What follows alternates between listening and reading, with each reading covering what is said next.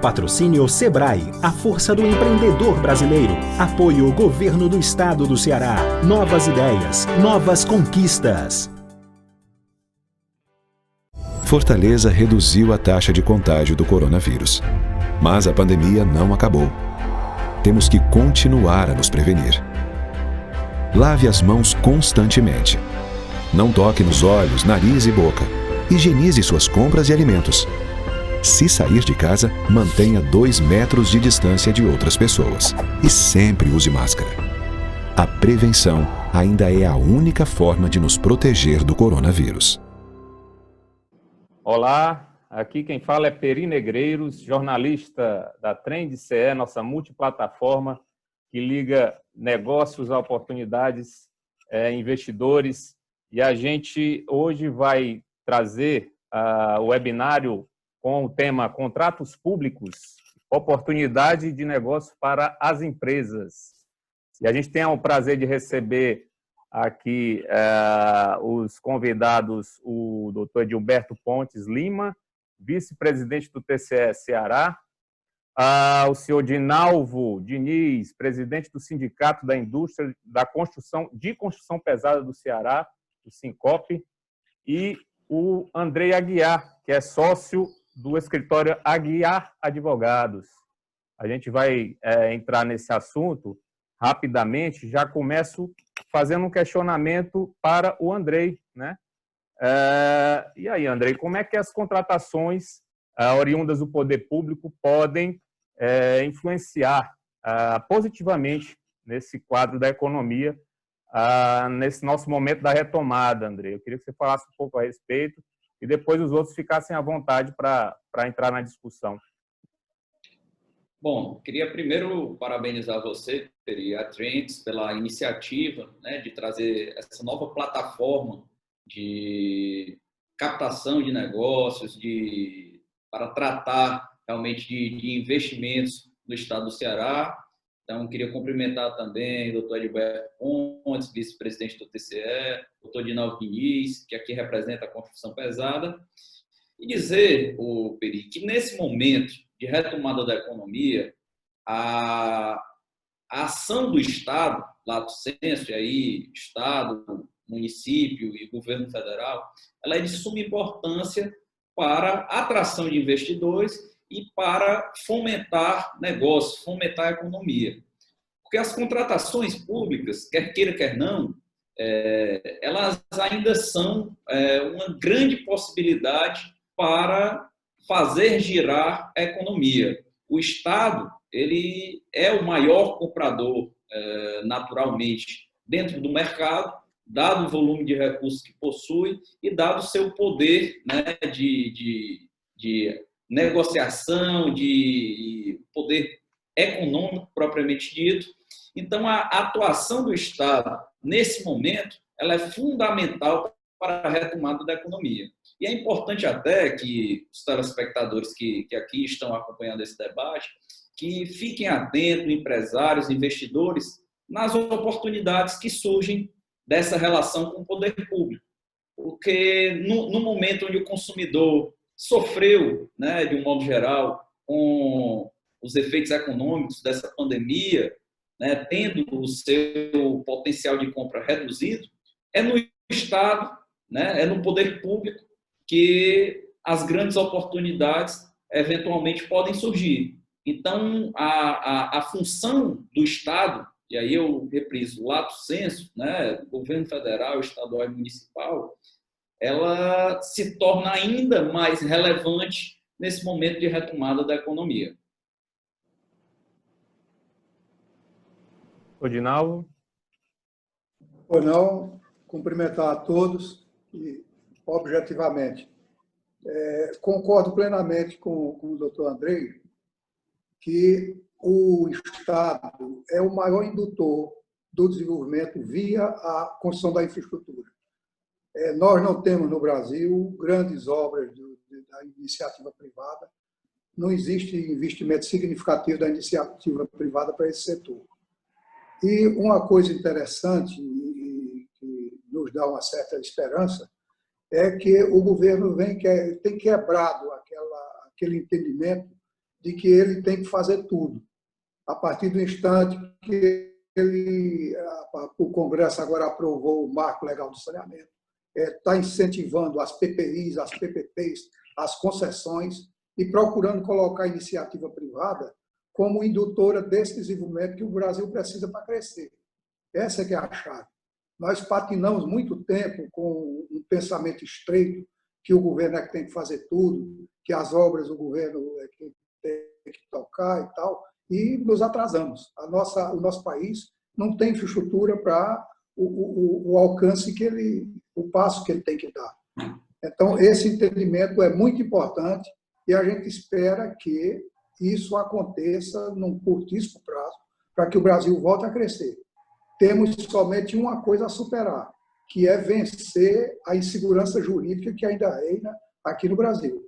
Nós não temos normas que sejam seguras, que deem ao investidor a certeza de que o recurso colocado terá o retorno conforme programado e que os contratos serão cumpridos.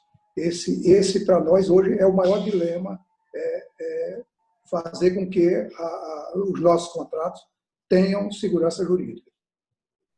Doutor Gilberto, você quer fazer algum acréscimo à discussão?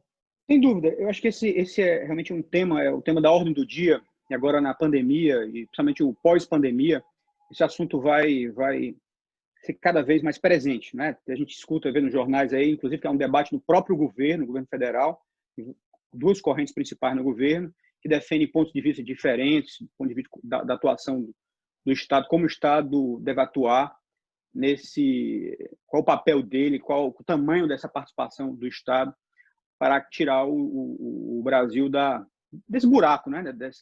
Todo o problema que ele já estava. A gente pode esquecer que antes da pandemia a gente estava numa crise muito grande. O Brasil estava crescendo muito pouco, estava ensaiando os primeiros sinais de recuperação, mas ainda muito tímidos, ainda muito incipientes. E quando veio a pandemia, quer dizer, a queda foi brutal. A gente viu no segundo trimestre uma queda de quase 10% no trimestre. Se você analisar isso, dá uma queda no PIB de 40% no ano anualizado. Claro que não vai cair 40%, mas se você analisar, porque ali o segundo trimestre foi o fundo do poço, anualizando o segundo trimestre, dá uma queda de 40% do PIB este ano. É uma coisa, todo mundo ficou assustado quando viu dos Estados Unidos, que dava 29%, no Brasil foi muito mais, 40% do PIB.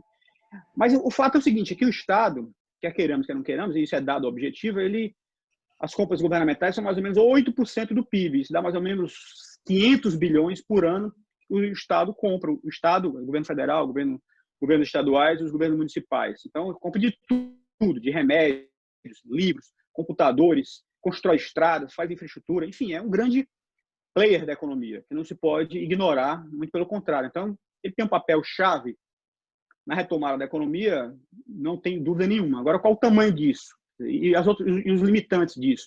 A lei de responsabilidade fiscal vai impedir, vai dificultar de alguma forma? O teto de gastos. A gente sabe que tem a emenda constitucional número 95, que estabelece um teto de gastos a cada ano. Só pode gastar a cada ano o que se gastou no ano anterior, mais a inflação. Está congelado, então, os valores de 2016. Quer dizer, as necessidades hoje são outras.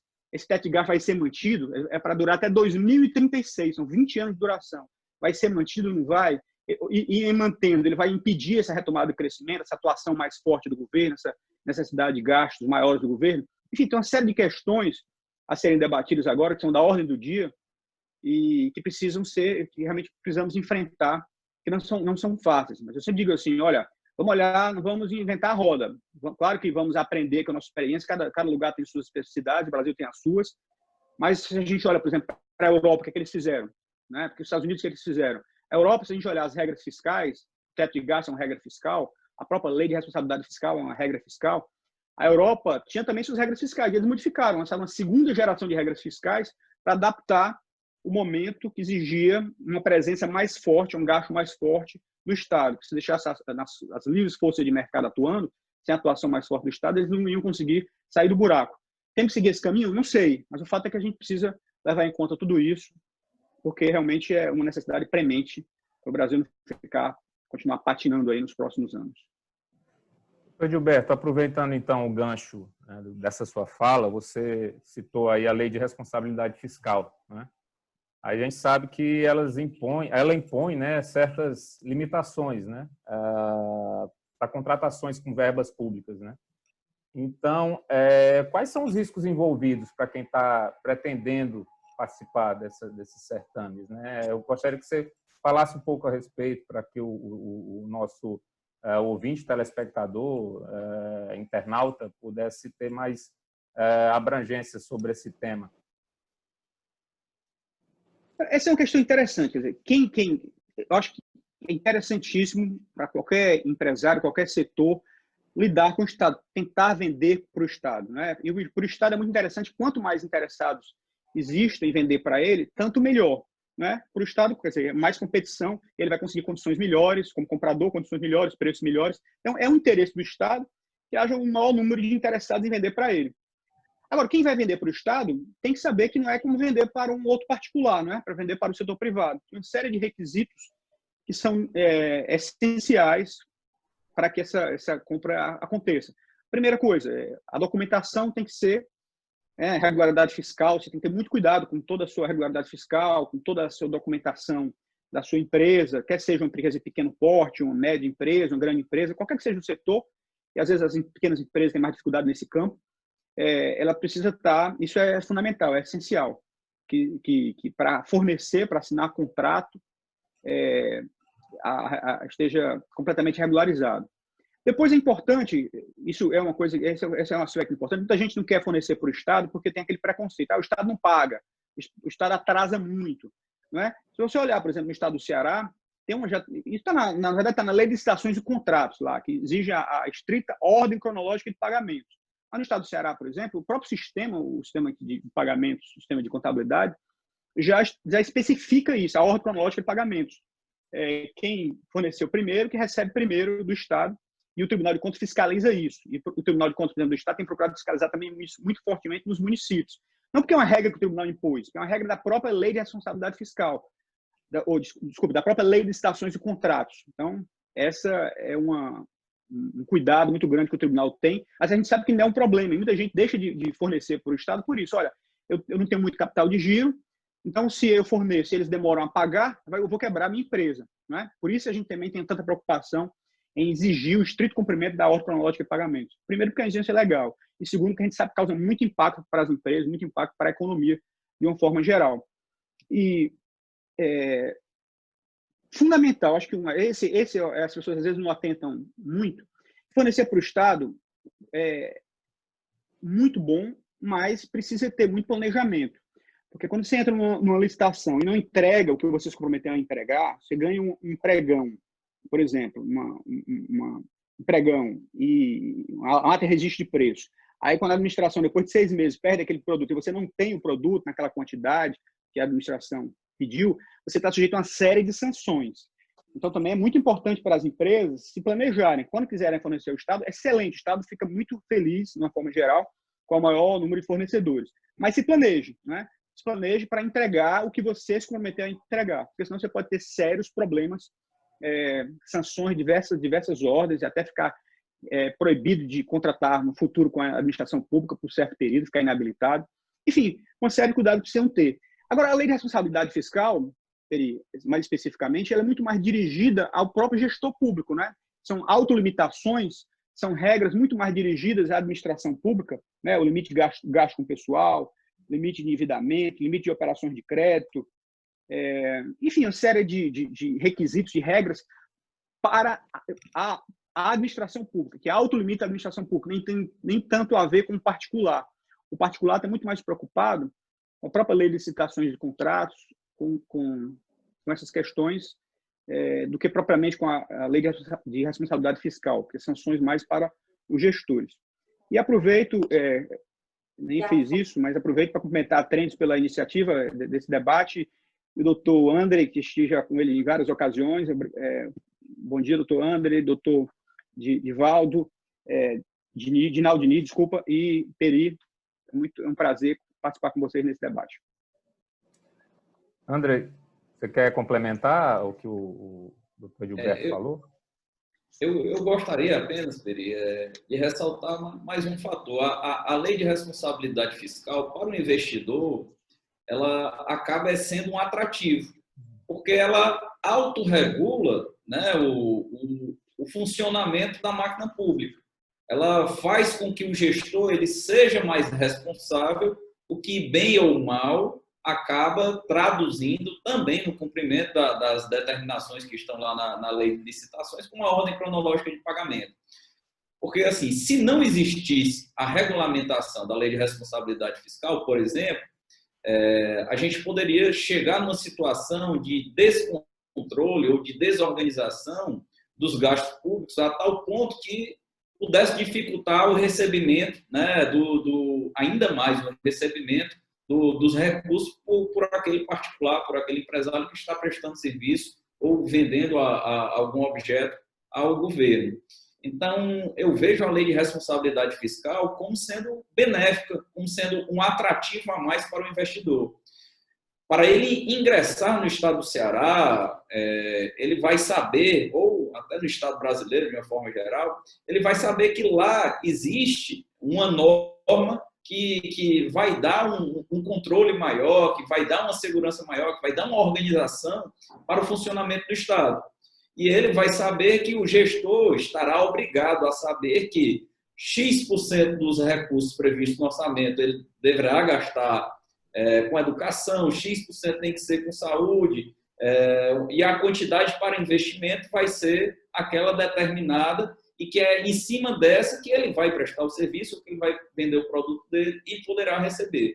Até para uma forma de se programar melhor, como o doutor Edilberto bem colocou, né, para ingressar nesse circuito de aquisições públicas, a lei de responsabilidade fiscal é um importante sinal, é uma importante mensagem para o investidor.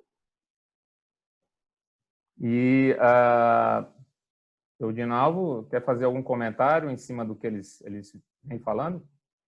Bom, principalmente sobre a cronologia dos pagamentos.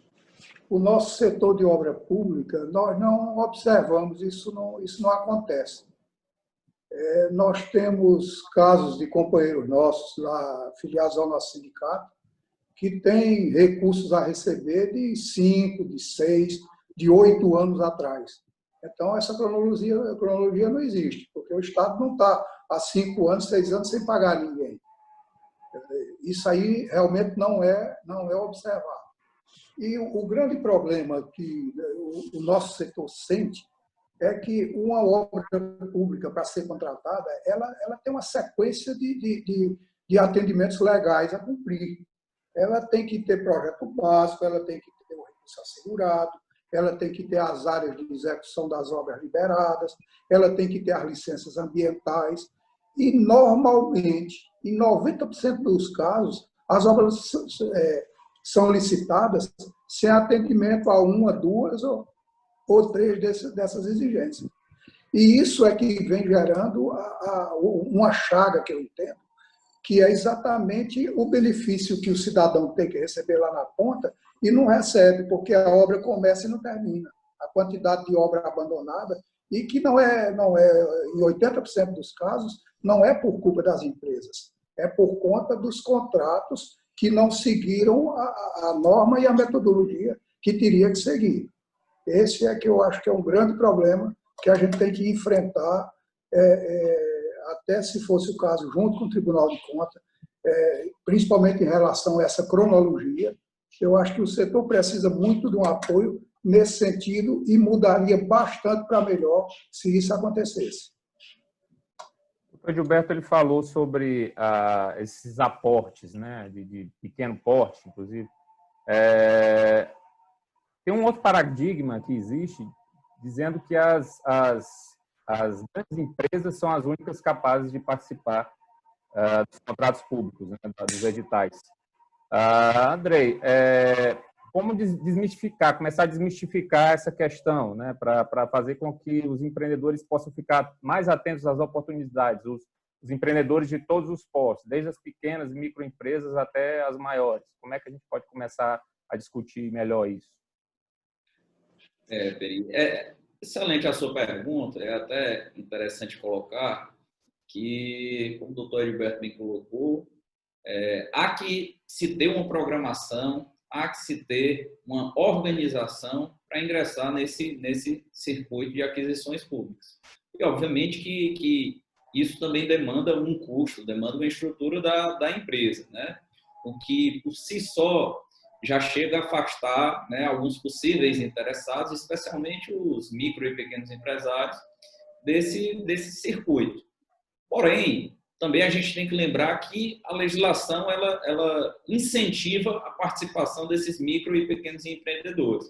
O próprio Estatuto da Microempresa, que é uma lei complementar, ele traz lá uma série de situações que são favoráveis, né, à participação do micro e pequeno empreendedor nas aquisições públicas. Por exemplo, a questão da regularidade fiscal, que o doutor Gilberto me colocou também, é o primeiro passo, né, para você começar a se organizar e pensar em participar desse circuito. A empresa que quiser participar, ela tem que estar com as suas certidões negativas todas em dia. Já o pequeno e o microempreendedor, ele pode participar facilmente do certame, tendo o benefício de só comprovar essa regularidade fiscal no momento da assinatura do contrato. Ele também tem o benefício, por exemplo, do que a gente chama de empate ficto, né? Se nos preços lançados o dele for até 10% maior do que o do concorrente, que não seja micro ou pequena empresa, ele tem a possibilidade de ser contratado ainda assim. Se for pregão eletrônico, esse percentual cai um pouco para 5%, porque o pregão trata de compras comuns, né, de objeto comum, e a própria ideia do pregão é realmente reduzir esse custo. Então, a diferença, o legislador buscou diminuir um pouco mais.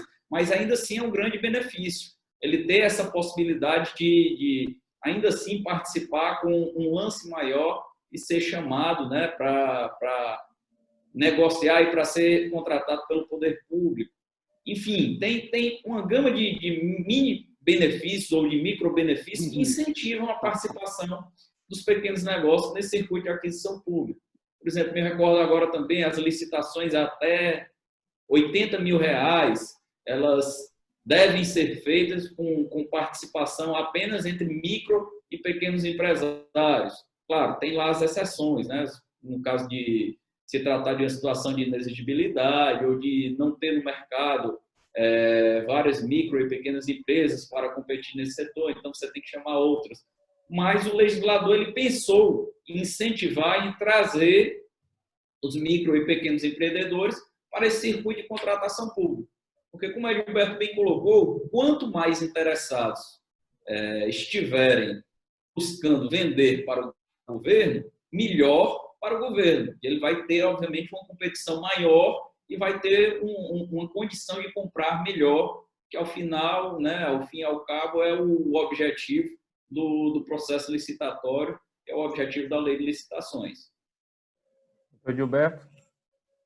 É interessante, mas antes de falar sobre esse assunto, eu queria até comentar um pouco, por isso, doutor Dinalvo, sobre a ordem cronológica de pagamentos. Porque, de fato, o que ele nos disse aqui a todos, até me deixou preocupado. Ele disse que tem empresas que há 5, 6 anos que fizeram um serviço, prestaram um serviço, e não foram pagas. Quer dizer, se isso está de fato acontecendo, não tiver nenhum problema específico, porque há uma dúvida sobre o valor de pagamento, alguma coisa assim, alguma disputa sobre valores, etc. Mas se não for o caso, é gravíssimo isso, porque isso é uma disfunção completa, exatamente contra a lógica que foi feito na lei de licitações de contratos. Porque é isso, que você quer até tornar atrativo para as empresas fornecer para o governo. Como o governo tem interesse em que o número de fornecedores seja o tanto maior possível, né, para estimular a competitividade, estimular a competição, para que seja aberto, ele compre produtos mais baratos possíveis, serviços mais baratos possíveis e com a melhor qualidade possível, né, a competição não é isso? Então, se ele cria isso, olha, paga com 5, 6 anos depois, isso é uma disfunção completa. Então, eu até gostaria que depois, se for possível, ele apresentasse isso até para o Tribunal de Contas, que nós vamos procurar examinar esse assunto, que é muito grave na minha visão. Porque agora mesmo, essa semana, estava examinando umas contas e a gente estava julgando as contas irregulares de determinados gestores exatamente porque não estava obedecendo a ordem cronológica de pagamentos. Estavam atrás de mais de um ano, e o gestor alegou porque não tinha mapa, porque não sei o que e tal, mas o tribunal concluiu que ele tinha desobedecido a ordem cronológica, que era uma grave irregularidade, passivo de sanção, inclusive julgar a conta irregular, aquele fato. Até porque expunha a administração pública a dívidas, a débitos, a multas, né? Que a obrigação é dupla. A obrigação que eu estava falando. Quem vai fornecer para o Estado precisa se preparar. É fundamental se preparar. Não pode ser coisa de amador. Pode ser uma pequena empresa, mas uma pequena empresa é organizada, que tem regularidade fiscal, que se planeja, que sabe que ela promete te entregar, ela entrega. Isso é uma coisa. Então, a empresa assume uma série de responsabilidades com o Estado e, se ela não cumprir, ela está sujeita a sanções. Mas, do outro lado, também o Estado. Se o Estado não pagar no tempo correto, ele está sujeito a uma série de sanções também, a multas, enfim. E, para evitar essas sanções, é que o Tribunal de Contas julga, muitas vezes, irregular uma conta de um gestor que não obedeceu a ordem cronológica, demorou muito a pagar, que submeteu a administração pública, o Estado, a multas, a juros que a administração não deveria pagar. Então, isso, de novo, objetivamente, fiquei até preocupado com essa sua afirmação, que tem empresas que fazem 5, 6 anos que não recebem, a não ser que tenha alguma questão específica que precisa ver, por isso que tem que olhar os detalhes, né? Uma disputa de valores, às vezes existe isso, mas, como regra, existir, porque, na verdade, essa é uma das, até segundo virtudes, se fala muito do Estado do Ceará. A gente sabe de ver isso Brasil afora, né? Não sei citar, mas isso é público, né? Rio de Janeiro, vários estados tiveram problema, Goiás, Minas, Rio Grande do Sul. Esses atrasam, por uma série de razões, sistematicamente pagamentos, porque são estados que, por uma série de razões, se desorganizaram, né? Desorganizaram suas finanças e acabam atrasando seus pagamentos. Mas o Estado do Ceará sempre foi considerado um Estado organizado, e quem está dizendo não sou eu, né? Eu posso dizer, porque o tribunal atesta isso, olha as contas públicas e todos os indicadores do Estado do Ceará são satisfatórios, mas a própria Secretaria do Tesouro Nacional também, ela pontua os estados, a sustentabilidade fiscal dos estados, e o Estado do Ceará sempre fica em boa posição, nas melhores posições. Então, não pagar a tempo, no tempo correto, é uma irregularidade muito grave, porque existem os recursos em caixa, é uma exigência legal, autocronológica. Então, tem que ver, eu peço até ao doutor Dinalvo que depois, se for possível, apresente em detalhes isso, que nós teremos o maior interesse em investigar o assunto. E quanto a esse assunto específico, essa sua pergunta, Eri, sobre são grandes empresas que devem fornecer para o Estado. Não, é exatamente o contrário. Quer dizer, há um grande interesse em que as pequenas empresas, as empresas de pequeno porte, até o microempreendedor individual, forneçam para o Estado, porque o Estado compra de tudo, né? Compra remédio, compra livro, compra cadeira, compra móvel, enfim, manutenção de ar-condicionado, manutenção de toda a sua máquina. Então, o Estado tem todo o interesse para isso, em que todo mundo forneça para o Estado. Quanto maior o número de fornecedores, tanto melhor.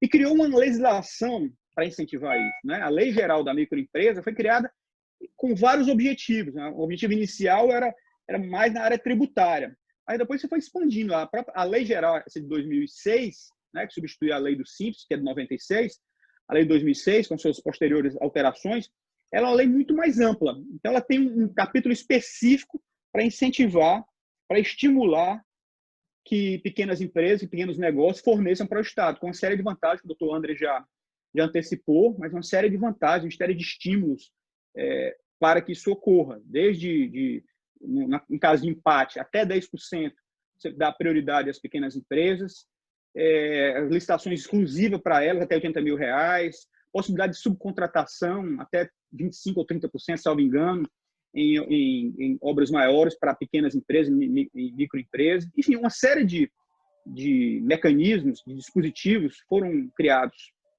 na Lei de Licitações e Contratos, depois na Lei Geral da Microempresa, para estimular esses pequenos negócios a fornecerem para o Estado.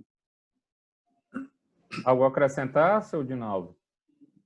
Bom, eu fico satisfeito com o acolhimento aí do doutor Idelberto e vou preparar um dossiê completo dos casos mais gritantes e o procurarei no TCE para discutirmos sobre esse assunto. Foi muito bom esse que aconteceu. Então, acabou sendo oportuno, né? Sem dúvida. Questionamento acabou sendo oportuno. Então, para finalizar o nosso debate aqui de hoje, eu queria que vocês falaram em certidões, né, em coisas que são necessárias para garantir o acesso a esses editais. Eu queria que vocês elencassem, assim, basicamente, o que é mais importante, quais são os pré-requisitos mais importantes para que as empresas possam estar se inscrevendo nesses certames, a peso de hoje, né? Eu acho que, não sei se a ordem, rapidamente, eu acho que a primeira coisa, regularidade fiscal, né? Procurar se regularizar, como eu já falei antes. Depois se registrar todos esses cadastros, como o SICAF, por exemplo, tem vários cadastros, isso o Sebrae orienta muito bem quais são os cadastros que as empresas têm que né, proceder ao devido cadastramento, que não é complicado, o Sebrae orienta muito bem isso, mas é importante que as empresas se cadastrem nesses sistemas todos. Fique atento, né? Até alguns softwares para isso, mas se não quiser, ela pode individualmente acompanhar as licitações que cada administração, que cada órgão faz, né? Depois do cadastramento, Comprasnet, SICAF, enfim, todos esses portais que estão disponíveis. E, por fim, que eu acho que é mais importante ainda de tudo, só voltando a um ponto que eu já disse, só enfatizando, é se preparar, né? Uma vez que decidiu, se planejar, não se comprometer com o que não pode cumprir, porque aí pode ser pior para ela, né? No sentido que aparentemente é bom, ganhou, e agora ganhei, mas não tenho como entregar. Então ela pode entrar num verdadeiro labirinto, sujeito a sanções, a multas, a inabilitação. Então se prepare antes, planeje antes, não é nada de outro mundo, é simplesmente dizer, olha, se eu prometi entregar 10, eu tenho condição de fato de entregar 10, né? É só isso, planejar para cumprir o que foi programado. Andrei? Basicamente é isso. Eu concordo com o que o Edilberto colocou, apenas acrescentaria ler com calma o edital, né, observar todos os pontos, para que você não seja surpreendido futuramente e eventualmente não possa cumprir com o objeto ou com a obrigação a qual você se submeteu. A proposta, obviamente, ela vincula o proponente. Então, antes de lançar a proposta, né, antes de até gastar toda a energia, os recursos, tempo para se programar para participar da licitação, leia com cuidado o edital para que você possa futuramente não ser eventualmente punido.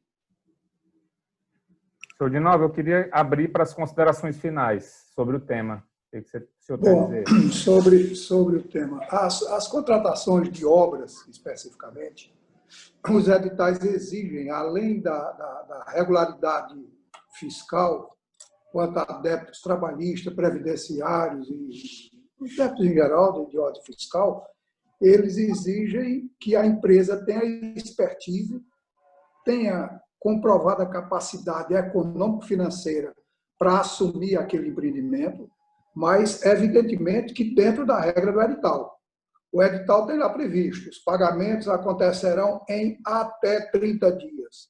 Então, a empresa, nesse horizonte de até 30 dias, com o cronograma estabelecido da obra, ela avalia a capacidade dela que, com os recursos ou com créditos que ela tenha a buscar, ela possa levar essa obra em bom ritmo. Mas, quando não acontecem os pagamentos dos 30 dias, quando começa a vir os atrasos, aí exatamente há o desequilíbrio. E tem um agravante. Você, para participar, tem que atender a todos esses requisitos. E todo mês, na hora que você fecha a sua medição, acompanha a medição toda essa documentação exigida na licitação. Então, mês a mês, você tem que comprovar que você está apto com suas obrigações fiscais, só tira a parte de exigência técnica. Mas toda a parte de exigência fiscal, mês a mês, é cobrado pelo órgão. E tem uma coisa que eu acho esquisito, eu colocaria até para os debatedores para me esclarecer sobre o assunto, é que o Estado do Ceará ele tem uma peculiaridade que ele só empenha o valor da medição no mês que aquilo acontece, depois da medição feita. Então, a empresa faz uma medição, ela não tira nota fiscal, ela fica aguardando que o Estado libere uma dotação, libere o empenho, aí é que ele tira a nota fiscal. Então, aquela nota fiscal é tirada mês a mês. E ela é paga com uma semana. Só que o serviço está executado lá atrás. Por isso que há essa divergência. A medição é feita, o serviço fica lá nos protocolos dos órgãos, mas o documento hábil de cobrança fiscal, que é a emissão da nota, quem sinaliza é o governo na hora de fazer o pagamento. Então, talvez seja por isso que o Estado do Ceará é muito bem avaliado nos pagamentos, porque as notas fiscais são emitidas e pagam num prazo pequeno. Mas são notas fiscais que se referem a serviços executados no período bem anterior. Isso é que eu queria questionar, colocar para os debatedores, porque, no meu entendimento, isso é até uma burla à lei de responsabilidade fiscal. Se eu não tenho os registros, eu tenho apenas anotações internas do órgão, eu não tenho os registros, porque não foi emitido o documento de cobrança, que é a nota fiscal, então aquela dívida não existe. Eu entendo dessa maneira, não sei se estou errado. Andrei, fique à vontade para comentar em cima do que o senhor Dinalvo lançou aí. Na verdade, assim, os casos específicos, acho que a gente tem que verificar a cada situação. De um modo geral, né, o que se tem é o pagamento após a medição e, assim, das notícias que temos aqui do Estado do Ceará, tem funcionado mais ou menos dessa forma. Mas, claro, como eu não sou do setor da construção civil, né, e nem da construção pesada, e, de igual modo, também não analiso as contas do Estado como o doutor Edilberto, a gente está falando apenas genericamente da situação. No caso concreto, eu acho que o doutor Edilberto pode até detalhar melhor como tem sido a experiência lá no tribunal do que eu. Edilberto? Pois é, então tem que analisar essas especificidades. Por isso é que é importante esse diálogo. Sempre é importante a gente sentar à mesa e dialogar e ver onde é que tem um problema. Porque a própria Lei 4.320, que é a lei do direito financeiro, que é a lei que regula todo esse processo de empenho, de pagamento, né? Ele diz quais são as fases. Primeiro, você observa, para ter um empenho, é preciso ter um crédito orçamentário, ou seja, o Poder Legislativo autorizou aquela despesa existir, né? O Poder Legislativo autorizou. Aí se faz o empenho daquela despesa.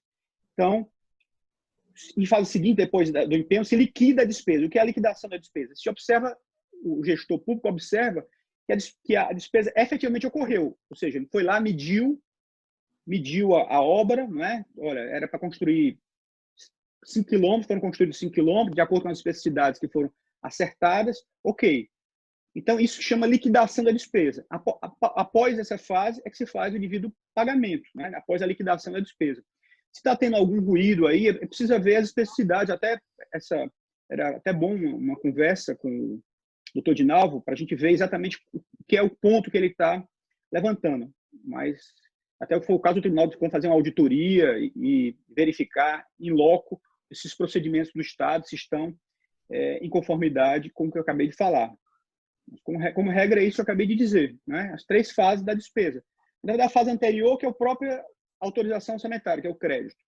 Depois, o empenho, que é quando você, olha, separei lá dos meus créditos orçamentários esse tanto aqui para fazer aquela despesa. Aí, o fornecedor do Estado realiza aquilo, né? Aí, o Estado vai lá, mede, comprovou. Então, aí você liquida a despesa.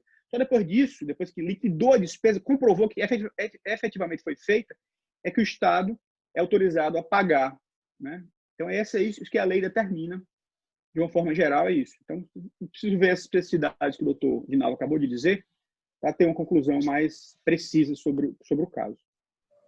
Agora sim, as considerações finais. Andrei?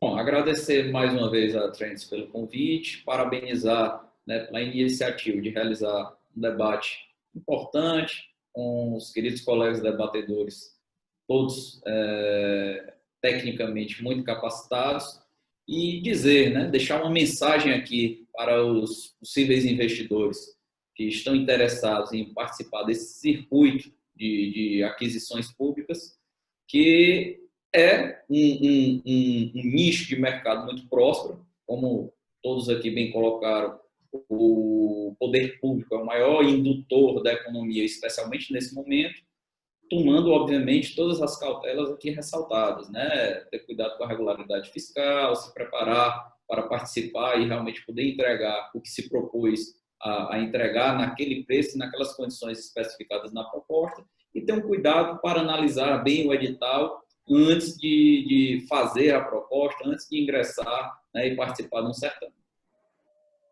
Ginalvo?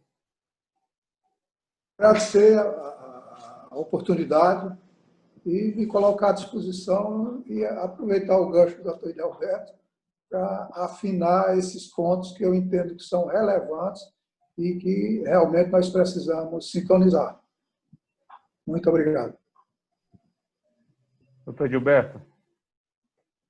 É isso, também agradecer o convite, cumprimentar a Trends Ceará pela iniciativa. Acho que um debate muito relevante, muito importante, foi muito interessante. Cumprimentar o doutor Ginalvo, o doutor André e você, Peri, pela mesa, enfim, pela discussão, pelo debate.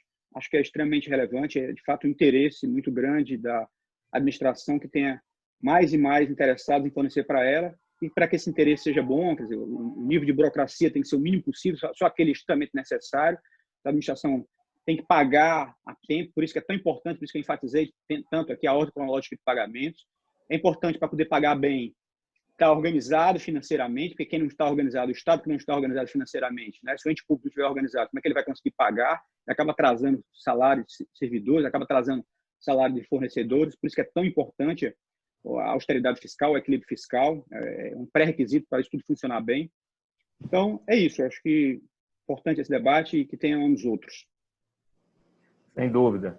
Meus caros, só posso agradecer pelo tempo de vocês, né, pela sapiência no debate e aos caros internautas, o meu até logo e um abraço a todos. Fortaleza reduziu a taxa de contágio do coronavírus. Mas a pandemia não acabou.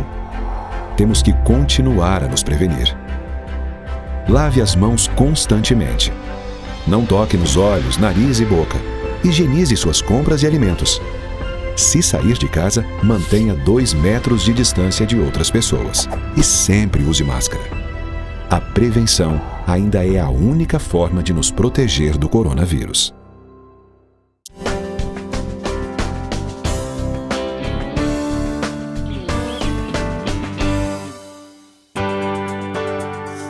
Patrocínio Sebrae, a força do empreendedor brasileiro. Apoio Governo do Estado do Ceará. Novas ideias, novas conquistas.